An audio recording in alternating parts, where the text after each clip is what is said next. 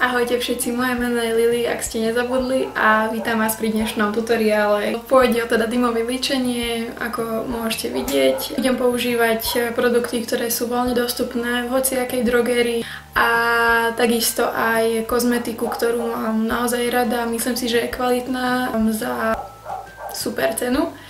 Takže sledujte ma a hádam vám niečo to video dá. Dúfam, že sa vám to bude páčiť.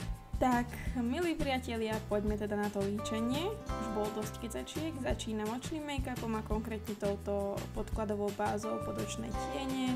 Je to od značky ELF a pekne si ho naaplikujem po celom obvode pohyblivého viečka a aj na spodok. A rozmažem samozrejme so štecom, nech sa dostane teda všade.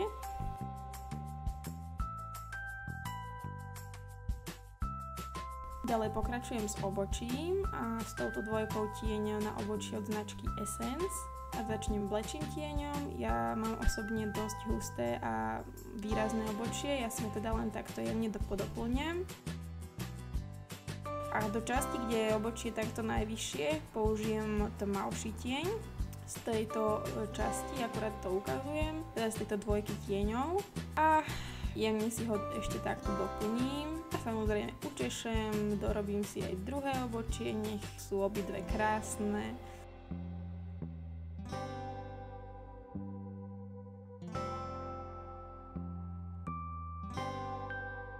A použijem ešte korektor.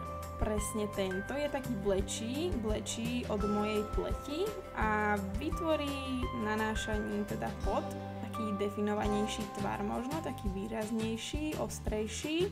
No tak je to obočie trošku zaujímavejšie možno. Použijem skosený šteček.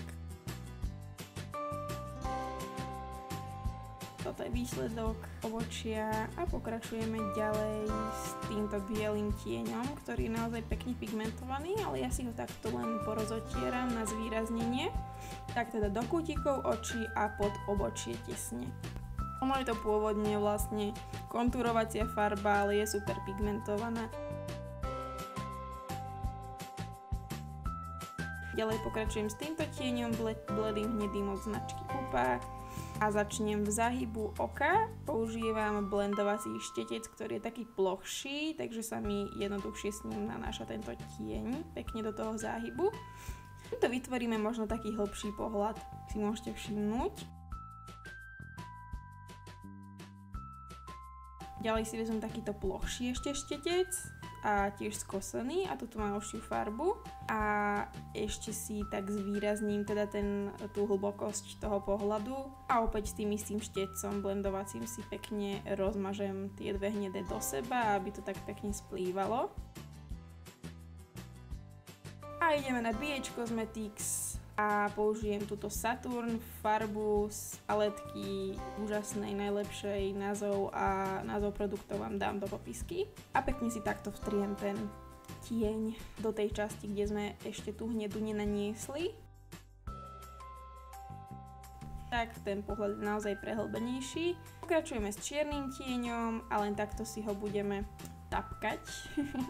Takýmito nežnými, jemnými pohybmi si budeme tento tieň nanášať, nemusíme byť vôbec precízni, pretože si s týmto blendovacím štecom krásne rozmažeme tieň do tej hnedej a bude naozaj už ten náznak takej tej dymového líčenia. Dymového líčenia, áno.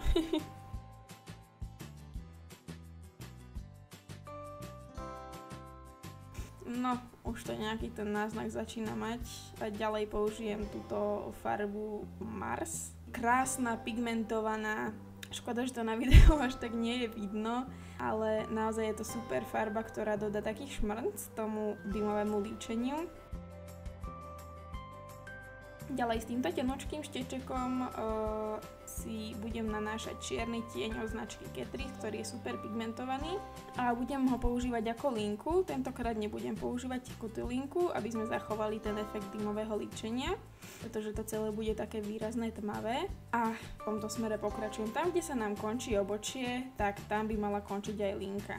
Aby sme mali to líčenie naozaj výrazné, tak ešte použijem čierny tieň do záhybu oka krásne to zase potom rozmažem. Nezabudnem použiť a čierny tieň aj na spodok, teda na dolné viečko.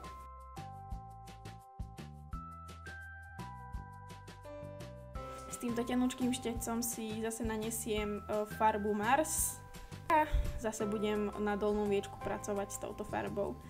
Aby sme nezabudli aj na pupu, takto krásne pôsobí tieň na tomto celom lúku. Až ma dusí ľudia. Pardon. Takže oči by sme už mali, no ale myhalnice ešte nie, tak si ich krásne vytočíme.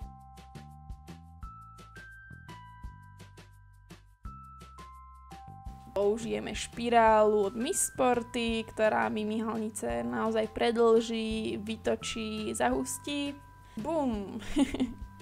Nezabudnem teda aj na tie spodné myhalnice. A ešte si nalepíme myhalnice. Tieto sú od značky Elf. Sú naozaj skvelé, pretože majú tú časť, na ktorých sú myhalnice, teda ten spoj je naozaj mekučký a super sa nanášajú.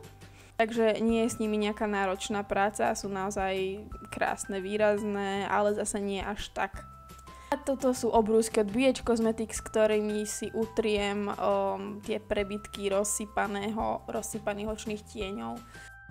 A toto už je podkladová báza pod make-up, alebo teda emúzia, ktorá krásne vyplní pory, tiež je od značky Elf, obsahuje čajovník a rôzne vitamíny a vonia naozaj po čajovníku. Toto je už zase make-up, ktorý si nanesiem po celej tvári, nesmiem zabudnúť aj na časti krku.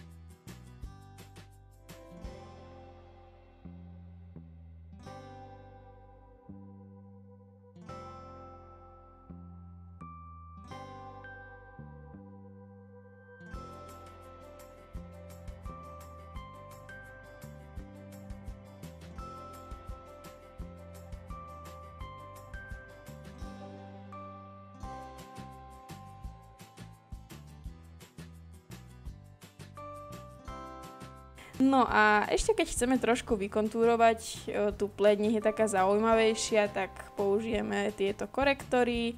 Ja použijem bledší korektor z paletky a teda pod očné časti, na bradu a ešte aj na nos.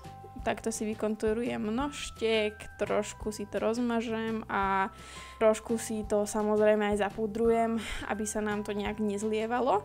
Je to púder tiež zase od značky Elf.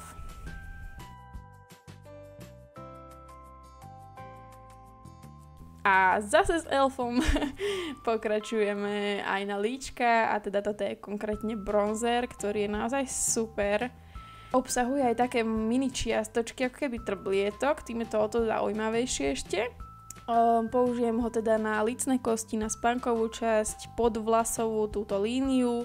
Dámy, ktoré máte náhodou vyššie čelo, tak je to presne ideálne, pretože si ho opticky trošku zmenšíte. A teda aj na kraje nožteka, tým si ho jemne zúžime. A tu je už v tejto paletke aj farba na líčka, tým si dodáme trošičku života. Zabudli sme ešte trošičku viacej si zvýrazniť dolné myhalnice a posledným krokom v tomto líčení bude rozjasňovač, ktorý tomuto lúku dodá ešte niečo viac.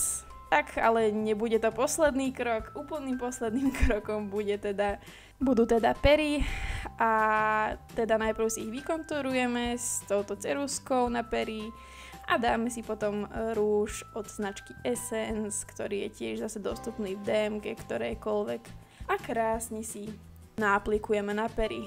Tak, milé dámy a možno aj milí páni, ak toto video pozeráte, tak už asi viete, že toto je výsledný look a dúfam, že sa vám video páčilo. Nezabudnite mi video komentovať, dielať, poprípade dať like a budem sa tešiť na vás v ďalšom videu. Majte sa krásne, ahojte!